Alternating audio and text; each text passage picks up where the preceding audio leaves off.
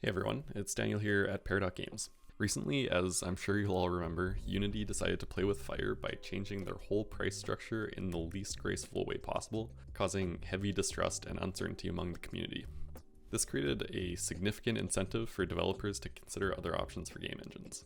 I was in this boat for several months, but I'm going to share with you why I ultimately decided to stick with Unity. I think the main point of contention for a lot of people is the fact that they can't trust Unity to look out for their best interests anymore. They've really been making it hard to be on their side with how they handled the pricing restructure, and to add insult to injury, they laid off a ton of employees to kick off 2024 with a bang. This has further extended the trust discussion into a morality one as well. If you're in this boat, I fully understand and support the necessity to change it up to a place you can trust more, like a more reputable private company like Epic, or something open source like Godot, or any of the other growing number of options. Personally, I think an open source game engine like Godot will make, and already is making, the game development landscape a much better place for everybody. It's just not quite the right game engine for me in its current state though. After reflecting on it for a while, I am in the position of not really trusting Unity anymore, but I rank that measure of distrust lower than the benefits that Unity brings me overall. For now, let's make the uncomfortable assumption that we can trust Unity, and afterwards I will explain why I'm being cautiously optimistic. Let's look objectively at the policy change for pricing. It has had very little effect on why I'm choosing to stay, but it's also the reason we're all here in the first place. For that reason, I'll briefly share my thoughts on what the pricing changes mean for me. The new policy is in fact slightly better than before for my specific circumstance. I am for the most part a solo developer who just wants to make a modest living. I'm not trying to make a hit game, and my goal is not to make millions of dollars. All I really care about is paying for the necessities and maybe having an extra 25 to 50% to have some nice things occasionally and save for a rainy day. All I really care about is enjoying the work that I'm doing. With the new pricing plan, if you're making less than 200,000 US dollars, you can stay on the personal plan forever and not pay for Unity at all. The only serious drawback to this that I found is you don't have access to console build packages if you stay on the personal plan, in which case you'd need to upgrade to Pro for about $2,000 per seat per year. Even with that, you're not subject to any revenue share or initial engagement payments until you're making $1 million per year. I personally never plan to be making that much money, but if I am, then I will be very okay with handling an extra 2.5 in revenue share when the time comes. But for now, I don't plan on releasing console builds, and the personal plan threshold has doubled from 100,000 to 200,000, so I'm quite content with the new pricing plan going forward. With pricing out of the way, I'd like to now talk a bit about the more significant things that are keeping me around. A large reason I have any knowledge about game development in the first place is because of the massive community on YouTube, forums, and the internet in general. Unity is, by quite the margin, the most talked about game engine on the internet. So resources to remedy problems that I'm having are much easier to find than an engine like Unreal. Not that these numbers aren't growing for other game engines, but it's just already there for Unity. An even more influential aspect of the Unity community though is that my biggest inspirations are Unity developers. For example, Freya Homer, in my opinion, makes the most valuable videos relating to game development and math on all of YouTube. Lots of her stuff is game engine agnostic, but she also makes extremely useful tools specifically for Unity.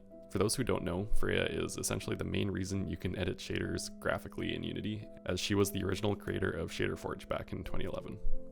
More recently, she made Shapes, an extremely useful shape rendering tool that I've come to massively appreciate, and she plans to keep making tools for Unity. To name some others, there are people like Sebastian Legg making beautiful visualizations and open sourcing most of his code from Unity, TaroDev and CodeMonkey making very relevant tutorials and interesting demonstrations in Unity, and of course there's Brackeys, who no longer makes videos, but his vault of Unity content will be valuable for years to come. All engines are going to have their superstars in their own respect, but the point I'm trying to make is that these are my personal superstars.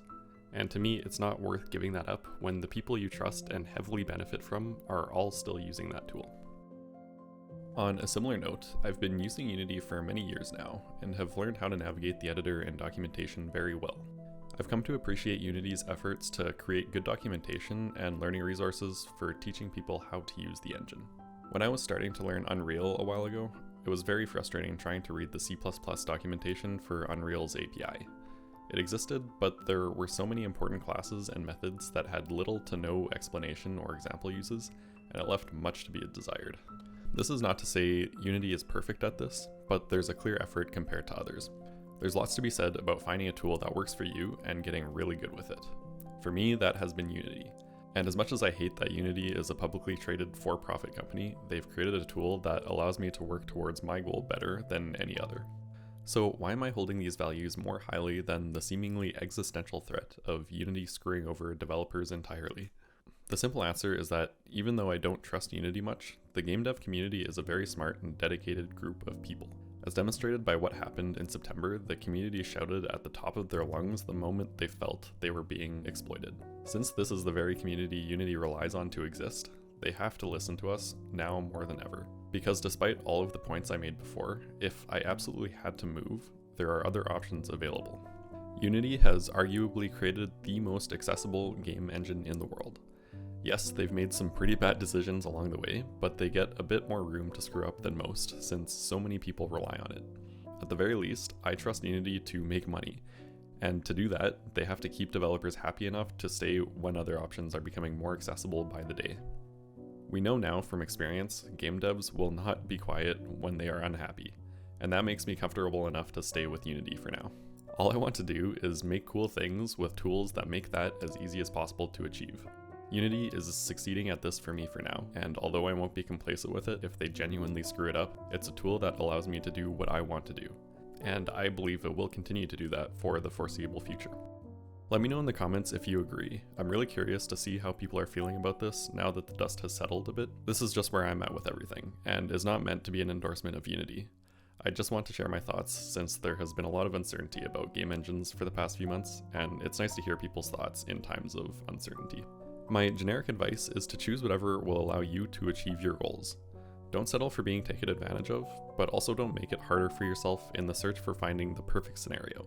Try to be as objective as possible with yourself, and you'll figure out what you need to do. Thanks for watching, I hope this helped, and I will see you in the next video.